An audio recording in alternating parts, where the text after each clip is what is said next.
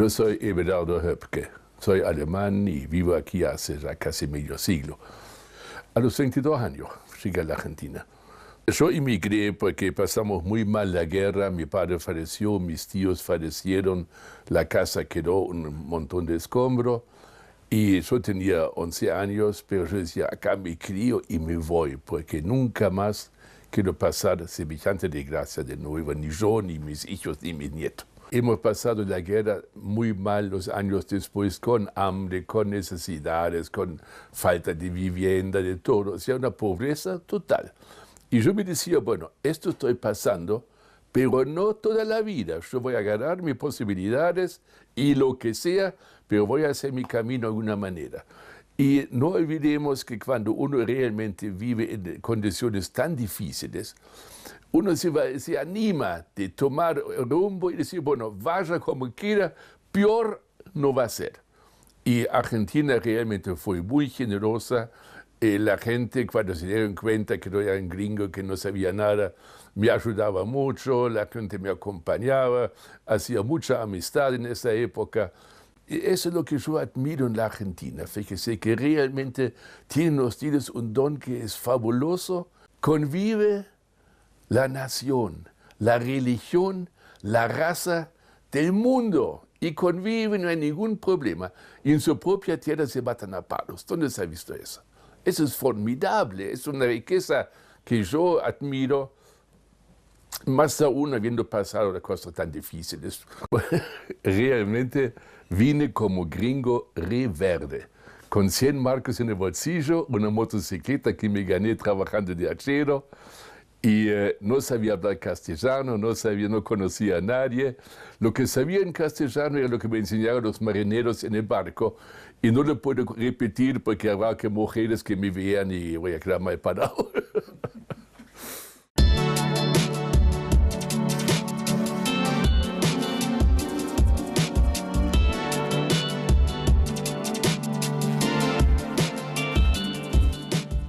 Bueno, esta es una historia interesante. Yo estaba trabajando de practicante, de aprendiz de gaucho en una estancia en Santa Fe. Aprendí a andar a caballo, aprendí a hablar con la gente y me hice más o menos sabiendo de qué se trataba en este país, que tampoco no conocía nada, ni tenía referencias.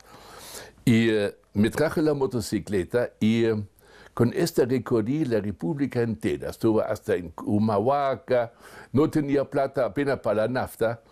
Y cuando el tiempo era bueno, dormí bajo un ombú por ahí, y cuando llovía me buscaba un puente para no mojarme y me metía bajo el puente. Y bueno, después ya esa carrera me fue muy bien. Era segundo mayordomo en una estancia en Las Rosas, en el sur de Santa Fe. Pero yo no quería seguir de segundo mayordomo. Trabajaba ahí 3 años y buscaba dónde rumbear para trabajar de primero y no de segundo. Y me enteré que en la estancia Quechuquina, en San Martín de los Andes, sobre el lago Lácar, añazos buscaban un administrador y no le encontraron, porque nadie quería ir en esa época a San Martín de los Andes, que fue el fin del mundo prácticamente. Para llegar al campo no había camino, no había luz eléctrica, no había vehículo. Yo llegaba en 2 horas en barco, cruzando el lago Lácar, o 4 horas de a caballo. No había otra forma, y vivían ahí 170 personas, entre obreros, mujeres, niños. Y me hice cargo de este campo y empecé a trabajar bien, aprendí un montón de cosas, porque yo tampoco soy ingeniero, yo me hice trabajando, y sobre el trabajo aprendí cómo hay que hacer la cosa bien. Y realmente fue muy positivo y me encantaba también la parte sociable de esa tarea. Yo tenía que ser de curas sanos, porque no había nadie que atendía a un enfermo. Yo había hecho cursos de primer auxilio para atender enfermedades y armamos un pequeño almacén, una pequeña carnicería. O sea, era un trabajo realmente interesante, que empezaba del vivero forestal, donde producíamos arbolitos, hasta el aserradero, donde ya se vendían los tablones y tablas. No había teléfono, no había handy, no había internet, no había email, y sin embargo siempre funcionaba, una cosa muy curiosa. San Martín vivía de la madera en esa época. O sea, hoy en día del turismo ni se hablaba. Nadie venía cruzando de la Bahía Blanca para acá en auto, en los autos de entonces, y a turistear. Eso no se conocía.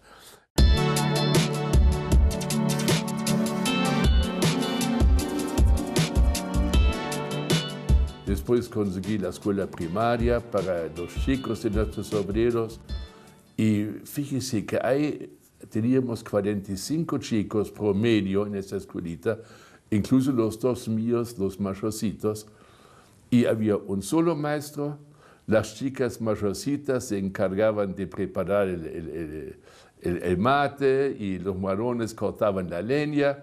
Y después se encargaban los papás de mantener la escuela. Todo el mundo logró estar bien en la vida y ninguno ha fracasado. La gente misma forjaba su futuro y esto fue muy interesante. Mire, cuando yo decía, bueno muchachos, hoy vamos a rayar un bosque que plantó tu papá.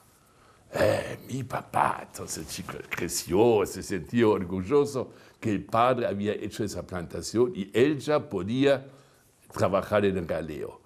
Y el tractorista también ya era un chico del papá que había trabajado ahí. Y también mi papá plantó eso y ahora yo soy con el tractor y llevo la madera. Fue realmente positivo y interesante.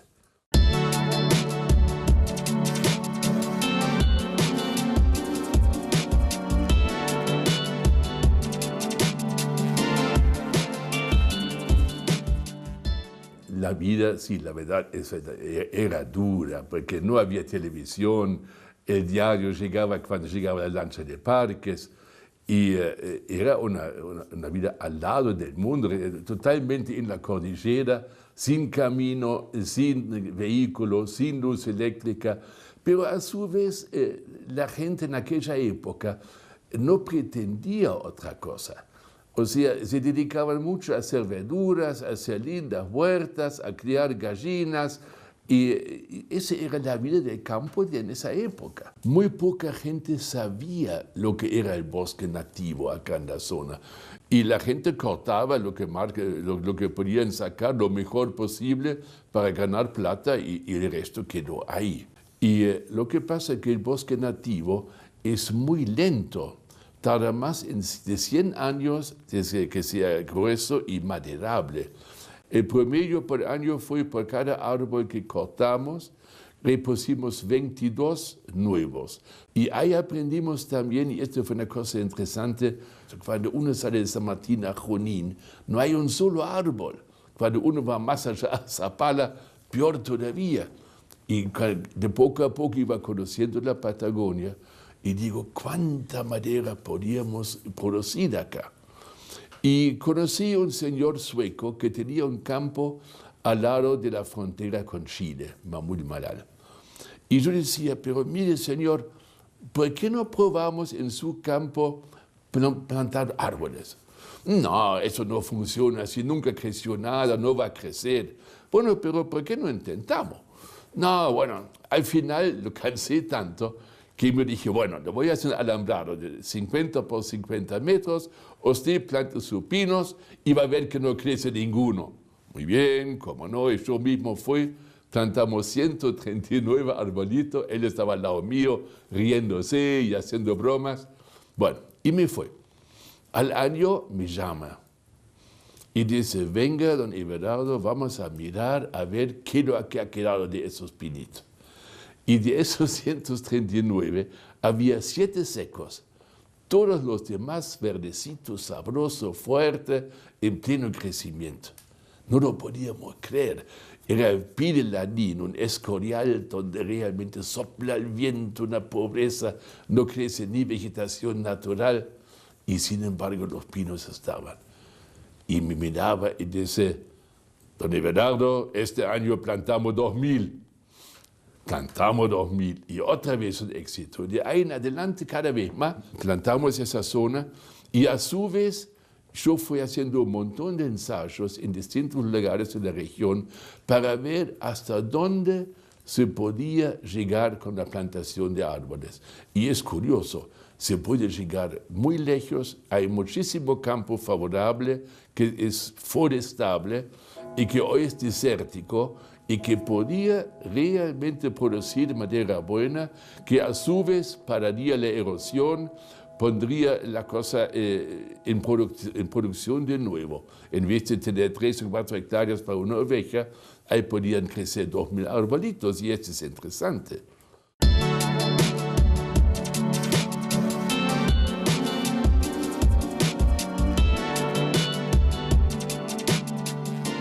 De golpe llegaban un grupo de alemanes a la zona que querían comprar tierra con el fin de forestar. O sea, realmente eran conscientes de que en el mundo hace falta oxígeno y hace falta captar el CO2, o sea, el óxido de carbono, y querían contribuir haciendo forestación en gran escala. Y realmente instalamos viveros, producíamos un montón de plantas y en los 20 años que yo estaba a cargo de ese proyecto se han plantado 8 millones de arbolitos producidos acá mismo y donde antes había 2 gauchos ancianos y unos 20 caballos, hoy hay 3 poblaciones, una escuela primaria, una capillita, 2 aserraderos y familias afincadas. O sea, realmente interesante. Y el logo que inventé al final era plantando árboles en la Patagonia. Creamos fuente de trabajo y arraigo en la región. Madera para el país y oxígeno para el mundo.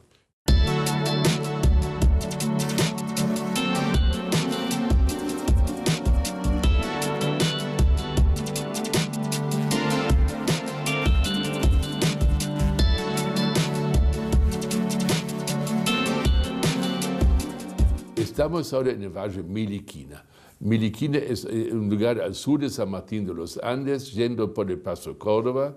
Yo, cuando vine acá, siempre soñaba con construirme una casa como lo usamos en Baviera, de donde he vivido muchos años, de techo ancho, de balcón, de ventanas grandes, y soñaba con agua y rocas y árboles y quería hacer eso. Y yo estaba durmiendo afuera en el campo en Santa Fe, la cabeza sobre mi montura, con esas enormes estrellas santafesinas soñando, siempre en mi casa, me veía como la quería hacer. Y me desperté y dije, sos un idiota. Tenés un caballo, una montura y una moto, jamás vas a tener una cosa para hacerlo. Yo tenía 45 años. Entonces encaramos esto, empezamos, tuvimos que parar y seguir trabajando para juntar un poco más de dinero. El hecho es que en total tardamos 15 años en hacer esa casa, pero la logramos y está tal cual como la hemos soñado. Lo estoy disfrutando mucho, no estar más tan atado como antes a los horarios, a entrevistas, a papeles, a oficinas. Ahora ya antes iba en cuarta, hoy voy en segunda y llego igual, maduro un poco más y llego igual. O sea, la vida es menos estresante, más tranquila. Estoy disfrutando del resultado de los trabajos que hicimos, que realmente se ve muy lindo y con eso realmente uno se siente muy satisfecho.